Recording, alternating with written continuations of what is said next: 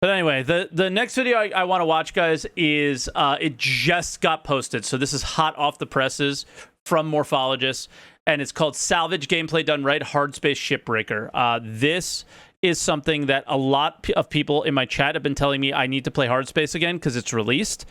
I played it when it first came out. It was really, really good. And I wonder what he'll tie to Star Citizen here, stuff like that. So a little Morph React. Let's go. All right, gotta cut fast, gotta cut fast. One more to go.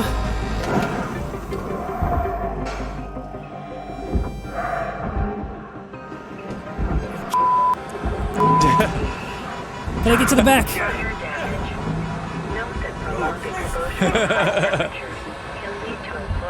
Come on, come on, come on, come on. Whew. Everything's a minigame. This is Hardspace ShipBreaker, a salvage game that some of you may recall I reviewed in early access some 2 years ago now. It's been on my mind ever since. It really has on mine as well. Recently, with Star Citizen's own salvage gameplay finally on the cusp of release. Salvage gameplay. Like as soon as the end of next month in PTU. And that's because it's continued to stand out to me as an exceptional example of fun salvage gameplay done right. So naturally, when Focus Entertainment, the publishers of ShipBreaker, reached out to me to sponsor another look, as ShipBreaker just left early access last month, I was completely on board. So in this video, I'm going to reintroduce you guys to Hardspace ShipBreaker, taking you through how it plays and how it's been improved and added to since I last played. And then I'm going to follow up with how I think it could help inform Star Citizen's own salvage mechanic in the long term. If along the way you guys want to hop in and break your own ships, you can head on down to the... Wow, so this is like a paid thing, but what I find funny is he's tying it to Star Citizen. The description below where you'll find a link to the Steam store page. And this is also a great way to support the channel at the same time, if that's something you want to do. You're not watching an ad. Like, here's the thing, is the timing of this is perfect, and the being paid doesn't mean that your opinion changes. Like, it doesn't. Sometimes with like, I've done sponsorships, you can't say everything that you want to say, so it makes it a little bit weird, but you don't know the terms of the deal with Morph and them. They could just say, you could say whatever we want, whatever you want. You know, we can't tell you what to say, what not to say, but we do want to pay you to check it out. So it can go many ways. So let me set the scene a little bit here for you guys without spoiling too much of the story. In Hardspace ShipBreaker, I'm just trying to give you the body of an earthbound... I'm not justifying shilling, because we don't know. We haven't watched the video yet. You don't know if he's shilling or if he isn't. I'm just trying to give you a look on the inside of how some people reach out to you for sponsorships and how other companies reach out to you for sponsorships. I've done sponsorships where they said you can't badmouth the game, and I've done sponsorships where they said you can. You could say whatever you want. So it goes both ways. It goes both ways. Blue-collar worker hard on their luck and looking for opportunities in an overpopulated, polluted future dystopia. The story really begins, though, when you've been accepted by the Lynx Corporation, who runs a salvage operation in Earth orbit. It seems to pay well, but like all gigs these days, it has a pretty hard catch. And also, that's none of your business.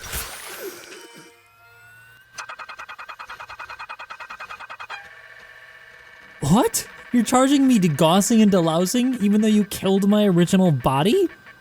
And you're... Oh, are you serious? Like, the amount of money doesn't matter. But let's watch the video, guys. You guys are fucking ruining the video when nothing that I've seen so far looks like an ad. I get it. So Lynx is pretty much Hurston Dynamics in this universe. Stop pausing. Unlike Star Citizen, ShipBreaker's focused on two major things: shipbreaking and the story of the shipbreaker. And it does both of those things surprisingly well. In this more released version of Hardspace, you've got a couple more modes to work with. Starting with Open Shift, which is a much more relaxed version of the game, where you've got unlimited time and oxygen to complete your salvage. Cool. And you've got unlimited lives should you die. Okay. However, if you want to step it up a bit, you can move up to standard, where you have unlimited lives, but you have limited oxygen and time to complete each salvage. Beyond that is limited, where you've got a maximum amount of lives, and then beyond that is the truly hardcore mode, which is no revival. What? That's exactly as it sounds. You can only die once. After you've chosen a difficulty, you'll be able to play a couple of other different game modes, like free play, where you're able to salvage any type of ship that you've already earned in the career mode. And something else I don't recall seeing last time I played, which is a race mode between you and your friends who also have the game. So you can test your salvage abilities against your friends, which is kind of cool. Unfortunately, since I'm playing the development branch here, I don't have the option to do it just yet. And lastly, before I jump into a game, this is a small thing for some of you, but a big thing for me. They updated the graphics options to allow you to change your resolution. So now I can play in ultra-wide like the gaming gods intended. Once you've chosen your preferred level of difficulty for your career, you'll end up in a hab where your story will begin, where of course your first task will be to salvage your first ship. Each ship, though, is way better than when it first came so you'll never have a ship that's exactly the same, and that means that you're constantly on your toes on how to properly and safely dismantle a ship without dying or severely damaging your salvage. And this all gets a great deal more difficult as you progress to the higher levels. Once you've chosen your ship and you start your shift, you'll end up in the salvage bay, where you have to worry about a couple of things. The 15-minute shift timer, which when it expires, you're kicked back to the hab, and the amount of salvage you're able to accomplish in a single day. Ideally, you want to get to the first tick mark here within a single shift. Otherwise, you're going to start losing money depending on how efficient you are. To help you break ships, you've got 4 basic tools to help you get the job done, which can be upgraded over time to give them additional functionality and power. The first one's the grapple gun, which allows you to pull heavy objects off wrecks and to move them around. But of course, you can also use it to help move yourself around in ShipBreaker's Newtonian microgravity environment, helping you be a little bit more efficient. Upgrading it allows you to also pull bigger objects, and eventually you'll be able to use limited use tethers, which can be employed the tether system was so fucking fun to play with, I remember. Than you would otherwise be able to do. I really like the tether. The other major tool on your belt to get stuff off the ship is the cutter, which has 2 functions. The first is the stinger, which is a single beam and helps you precisely target specific areas, followed by the split saw function, which allows you to cut a wider area more freely and quickly. However, the split saw carries the additional risk of unintentionally cutting valuable or dangerous components, which can sometimes lead to results that are a bit more severe than financial penalties. To help you avoid making unfortunate mistakes, you also have a scanner, which can help you understand where to cut and what not to cut, like letting you know if a wreck is compressed or not. I don't think this will ever come to Star Citizen. And finally, you have the addition of the demo charges, which are new as of the most recent release, which can be used to cut through tougher alloys or allow you to dismantle an unsafe component from a distance. Salvage goal obtained. That's sick. How you use these tools will affect your efficiency, along with how you manage your oxygen, thruster fuel, expendables, tool health, and how you strategize taking apart the ship itself. Because ShipBreaker Salvage isn't as simple as just knocking off a piece and throwing it into a recycler. You've got 3 different areas you need to store things depending on the item that you're taking off. Yeah, like such nacelles as you have to put down on that thing. On the barge as they can be reused. Whereas complex items like nanocarbon hull plating need to be put through a processor, leaving the most simple of items to be thrown into the furnace to be melted down and reused as just a basic alloy. Damaging items by accidentally cutting them or destroying them on their removal or sorting them improperly can result in significant loss, which is represented by the red bar opposite the profit bar at the top of the screen. Damage it too much and you won't be able to unlock the upper levels of rewards for a given ship. How all of this plays out, though, through the different and progressively more difficult ships is exciting and sometimes nail-biting. The way the music begins to change as you approach danger heightens the tension and increases the sense of relief that you get when you solve a difficult problem. Because everything is a puzzle. It's fun. It's like a puzzle game that's just one way to solve a problem. That's on a you different can go level. At it in many different directions, and sometimes you'll even discover a clever way of using more than one tool at once to increase your yield or to solve a difficult issue in a lot better of a way, which just feels satisfying. Hardspace ShipBreaker constantly presses you to think up better solutions, especially when you're faced with dangerous components like nuclear reactors, which feature stuff like radiation and also have a super narrow window for when they can be salvaged before they go critical. Cutting the wrong thing at the wrong time can also make your job a great deal more difficult, so measuring twice and cutting once is definitely the rule of the day. In terms of what's specifically new though, since leaving early access, is probably all the new ships and mechanics that they've added in that adds just a lot more flavor to the experience. I especially enjoy the demo charges, which I'm actually still trying to figure out how to use in clever ways. Maybe the biggest difference though between when I last played and now is the story. Not only is there one since I last played, but now it's got 3 acts, and they just added the last one as of the last big update before it went out of early access.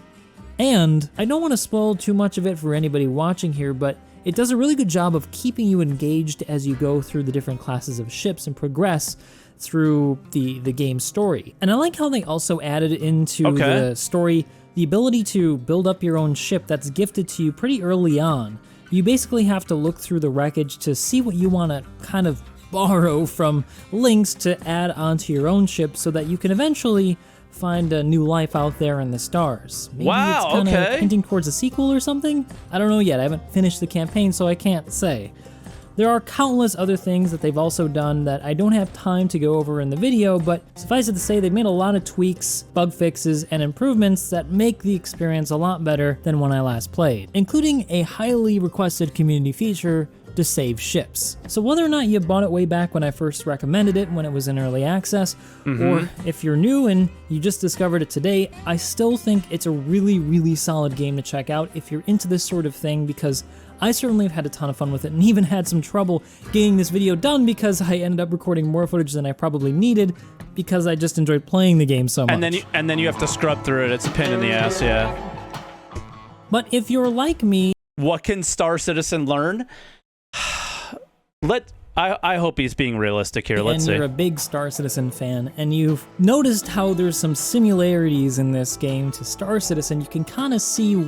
Now, before he goes into this, though, I want to go back to the comments that you guys made about him shilling. Okay?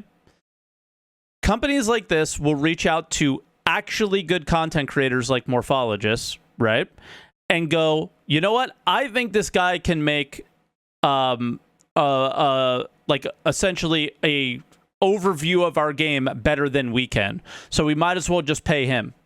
And that's basically what I saw there, was paying for him to do an overview of the game, and that's what he did. I didn't see him, like, you know, sharing his code to buy the game, or you know, he didn't say that he gets any kickback for when you do. I don't really see the incentive of him being deceptive or anything here. I'm pretty sure he just got, it was a pretty basic review of the game, right? And he got paid for it. Good for him. I don't know why, like, you guys always get upset when content creators get paid. It's really silly. Where I believe that I don't get it. Star Citizen and Cloud Imperium Games, the developers of Star Citizen, could learn and benefit from this gameplay loop. Now, that's not to say that they have to copy this or they should copy this exactly, because let's face it, Star Citizen is a much broader scope game, and they probably shouldn't develop too much time to a single profession like what Hardspace ShipBreaker is doing. Like mining right for here. the last 5 I don't years even more. think it's even that practical, because for them to be able to break down ships this far in Star Citizen would require a lot more development time for each ship that they have in the game. Rather, what I think that they could get from this is the idea that perhaps there are different types of items that need to be salvaged differently, so that there's a little bit more interest in the salvage mechanic of Star Citizen. Further, I like the idea of being able to cut off pieces of the ship just in general to salvage bits that I want. I think that's a great way to do things. And then I also like how they've got all these different tools for making salvage easier. If you've been following Star Citizen and you know about the mining gameplay that they have in the game, they've really expanded that out quite a bit with hand gadgets and different mining ships and tools. You can see how they could expand Star Citizen to kind of include what they've done here in ShipBreaker to make that experience a lot more in-depth. Because, as you can see from this game, Salvage can actually be a heck of a lot of fun and its own minigame, much the way that mining is currently in Star Citizen. But I also hope that they bring that component of danger into the gameplay as well, because in mining, for example, if you overcharge a rocket, it can explode and kill you and blow your ship up. But I'm not quite sure how they're planning to do this similar level of danger for salvage mechanics. I can see how like maybe salvaging a reactor or a component could be really dangerous and something that you need to go through a special process to actually remove without damaging the component, the ship, or yourself. So in general then, just the same as I really hope that you guys check this game out, I hope that CIG does too, because if they're looking for precedent, I think this is the one. This is the game that CIG should look to help inform a fun gameplay mechanic. But what do you guys think? Did I miss anything here that you think would be great to add in for Salvage? Do you like this idea? And how do you think they could involve ships as part of this mechanic? Because ShipBreaker doesn't actually involve any ships. You're only ever in your spacesuit, so it's a very hands-on approach. So let me know down in the comment section below. And again, if you guys are interested in checking this game out and you want to support the channel, do not forget to go down into the description below and click the link to the Steam store page so that you can support me that way. Otherwise, guys, I've been Morphologis. Thank you guys so much for watching. I'll see you, Morph, in the next one. That was really good. The fact that there is a story, however deep it may be, does make me want to jump back into the game at some point. I'll have to look up on that website like how long it takes to beat the game or whatever, and finish the story, because if it's really long, I might not get into it. I like really shorter. Much shorter story games, but yeah, thank you for that, Morph, and I'm looking forward to it. It had a story day one, but it wasn't a story. Like now you're like building a ship to leave and stuff is what it looks like. So that's pretty cool. Yeah, good for Morph, man, and it was a really good video as well.